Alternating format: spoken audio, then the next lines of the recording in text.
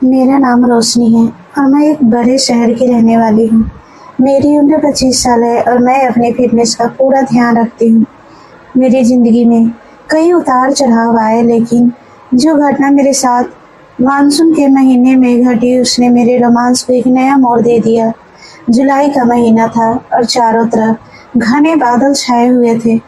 दिन में ही अंधेरा सा महसूस हो रहा था और हल्की रिमझिम बारिश मौसम के बेहद सुहावना बना रही थी। ऐसा मौसम देखकर किसी का भी घर में बैठने का मन नहीं करता। मैंने भी शहर से दूर वादियों की तरह घूमने का मन बनाया।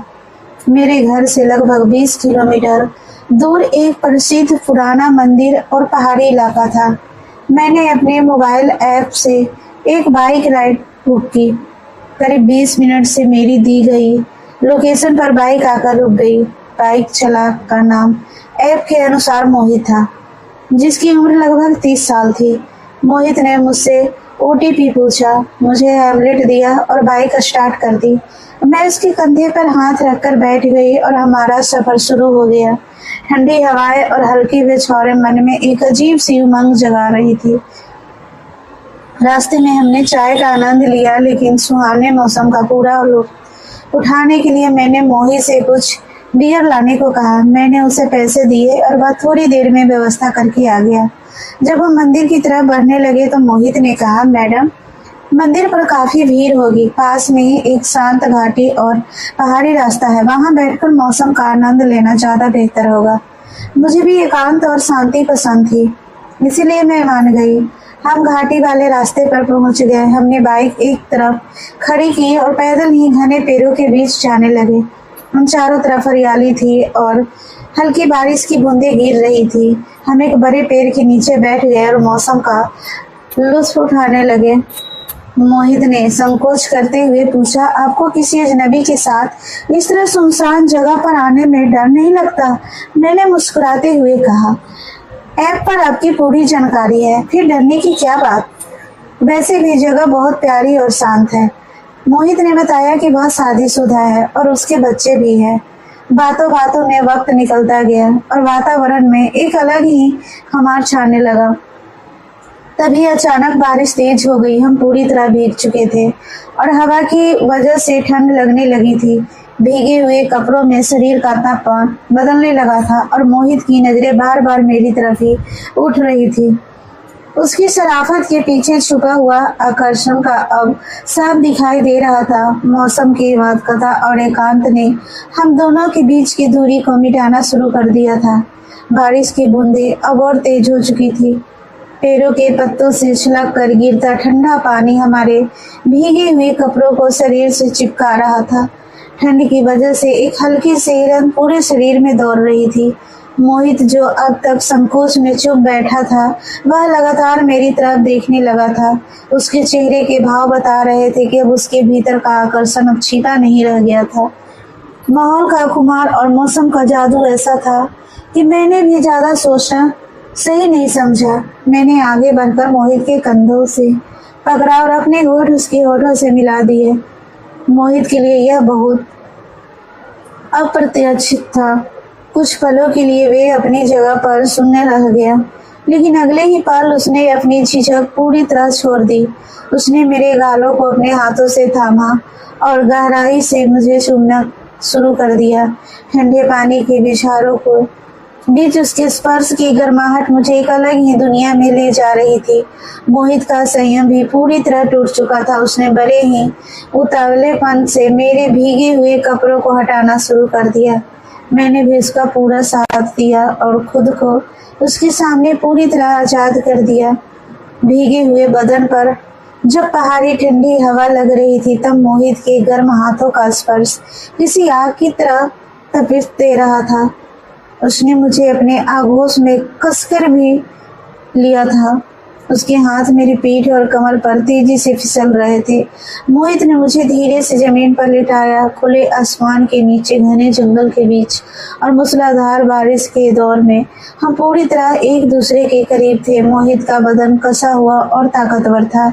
उसने मेरे दोनों पैरों को सहलाते हुए खुद को मेरे ऊपर संभाला। उसकी आंखों में वासना और पानी की एक चाहत साफ चमक रही थी। अब वक्त आ गया था उस एहसास का जिसके लिए यह पूरी पृष्ठभूमि तैयार हुई थी। मोहित ने खुद को मेरे करीब किया और बेहद मजबूती के साथ मेरे शरीर में समाने लगा। घने जंगल में सन्नाटे में बारिश की थपकी और हमारे सांसों की गूंज एक अद्भुत संगीत रच रही थी। मोहित ने पूरे अधिकार और शिद्दत के साथ मेरे बदन को अपने आगोश में ले रखा था। उसकी मजबूत पकड़ और कसाव भरा बदन मुझे एक अनजाने सुख की ओर खींच रहा था। ठंडे मौसम में मोहित का आक्रामक पहले ने मेरे भीतर छिपी हर झिझक को भस्म कर दिया था। वह बेहद लयबद्ध और ताकतवर तरीके से मेरे जिस्म पर अपना अधिकार जमा रहा था।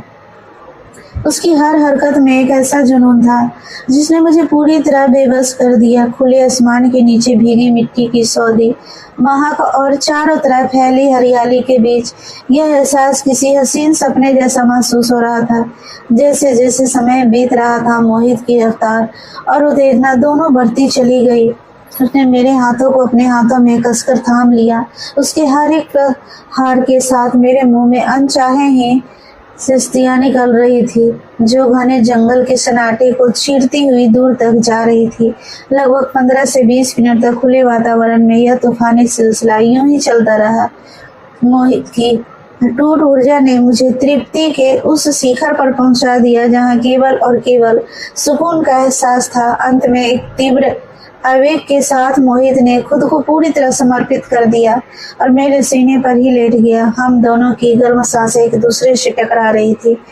बारिश का ठंडा पानी हमारे तपे हुए शरीर पर गिरकर भाप जैसा एहसास दे रहा था। कुछ देर तक हम इस अवस्था में एक दूसरे से लिपटे पड़े रहे। जब हमारी सांसें सामान्य हुई तो हमने उठकर अपने भीगे हुए कपड़े पहने। बारिश अब हल्की हो चुकी थी। हम चुपचाप चलकर अपनी बाइक तक पहुंचे। शरीर में एक अजीब सी थकावट थी लेकिन मन पूरी तरह तृप्त हो चुका था। हम वापस शहर की ओर लौट पड़े, लेकिन यह कहानी यहीं खत्म नहीं होने वाली थी, क्योंकि मेरे घर पहुंचने के बाद इस गुप्त रोमांस का एक नया अध्याय शुरू होने वाला था। शहर वापस पहुंचते पहुंचते शाम होने लगी थी। बारिश पूरी तरह थम चुकी थी, लेकिन मौसम में अभी भी एक सुखद ठंडक और बादखता बनी हुई थी। सफर के दौरान बाइक पर पीछे बैठी मैं लगातार मोहित के मजबूत जिस्म की गर्माहट महसूस कर रही थी। जंगल में जो कुछ भी हुआ था उसकी यादें अभी भी मेरे मन में तरोताजा थी। घर पहुंचकर मैंने देखा कि पूरा घर खाली था। शरीर में हल्की थकावट थी और चाय पीने की तीव्र इच्छा हो रही थी और मौसम में अभी एक सुखद ठंडक और मातकता बनी हुई थी। सफर के दौरान बाइक पर पीछे बैठी मैं लगातार मोहित की मजबूत जिस्म की गर्माहट महसूस कर रही थी। जंगल में जो कुछ भी हुआ था उसकी यादें अभी भी मेरे सीने में तरोताजा थी। घर पहुंचकर मैंने देखा कि पूरा घर खाली था। शरीर में हल्की थकावट थी और चाय पीने की तीव्र इच्छा हो रही थी। मैंने संकोच छोड़कर मोहित को भी अंदर चाय के लिए बुला लिया। मोहित पहले तो थोड़ा झिझक का, लेकिन फिर शांति से घर के भीतर आ गया और सोफे पर बैठ गया। मैंने उसे हॉल में बिठाकर रसोई में चाय बनाने चली गई।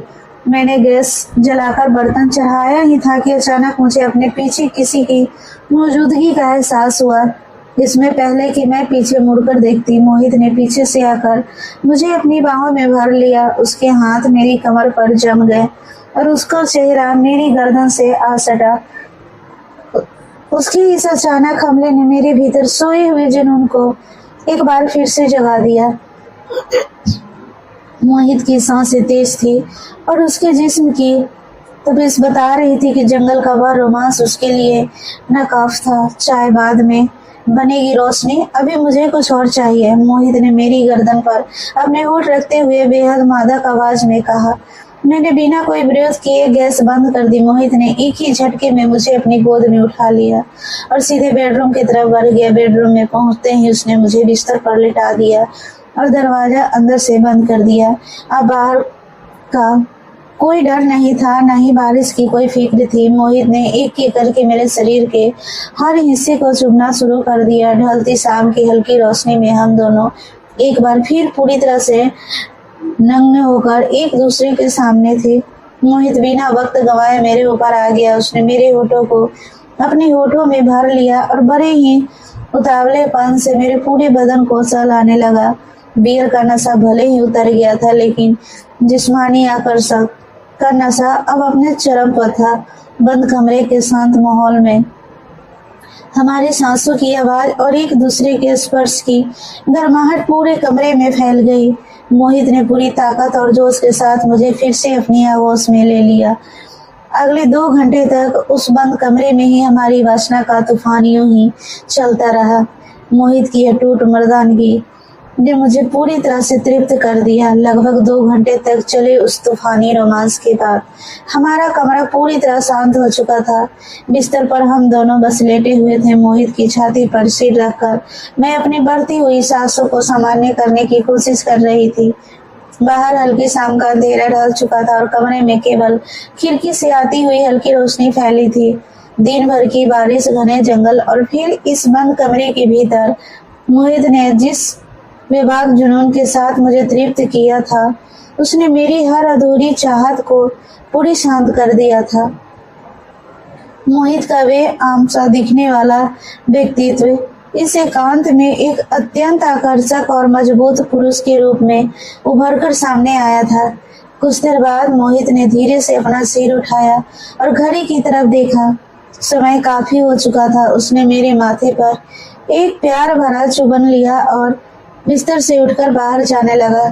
उसने मेरी तरफ देखकर एक हल्की सी मुस्कान के साथ कहा, रोशनी, आज का यह दिन मेरी जिंदगी का सबसे हसीन और यादगार दिन था। मैंने कभी सपने में भी नहीं सोचा था कि एक अनजान राइडर मुझे इस मुकाम तक ले जाएगी। मैंने मुस्कुराते हुए अपनी चादर को शरीर पर लपेटा और उठकर बैठ गई। मैंने मोहित से कहा, मोहित, जो भी कुछ हुआ वह मौसम, माहौल और हम दोनों की मर्जी का एक बेहद खूबसूरत इत्तेफाक था। इस एहसास को मैं हमेशा याद रखूंगी। मोहित जाने के लिए तैयार हो गया। मैंने उसका तय शुल्क उसे दिया और उसे सामान्य पूर्वक मुख्य द्वार तक छोड़कर दरवाजा बंद कर दिया। उसके बाद मैं वापस कमरे में आ गई और बिस्तर पर आराम से लेट गई। शरीर में एक हल्की सी मीठी थकावट थी, लेकिन मन पूरी तरह शांत, संतुष्ट और एक नई ऊर्जा से भरा हुआ था। बारिश की वजह से एक अजनबी राइडर मेरी जिंदगी की सबसे यादगार और रोमांचक कहानी बन चुकी थी। तो दोस्तों, आपको यह कहानी कैसी लगी कमेंट बॉक्स में जरूर बताएं। कहानी को लाइक, शेयर और चैनल को सब्सक्राइब करना ना भूलें। मिलते हैं कोई नई कहानी के साथ। तब तक के लिए आप स्वस्थ रहिए, सुरक्षित रहिए। धन्यवाद।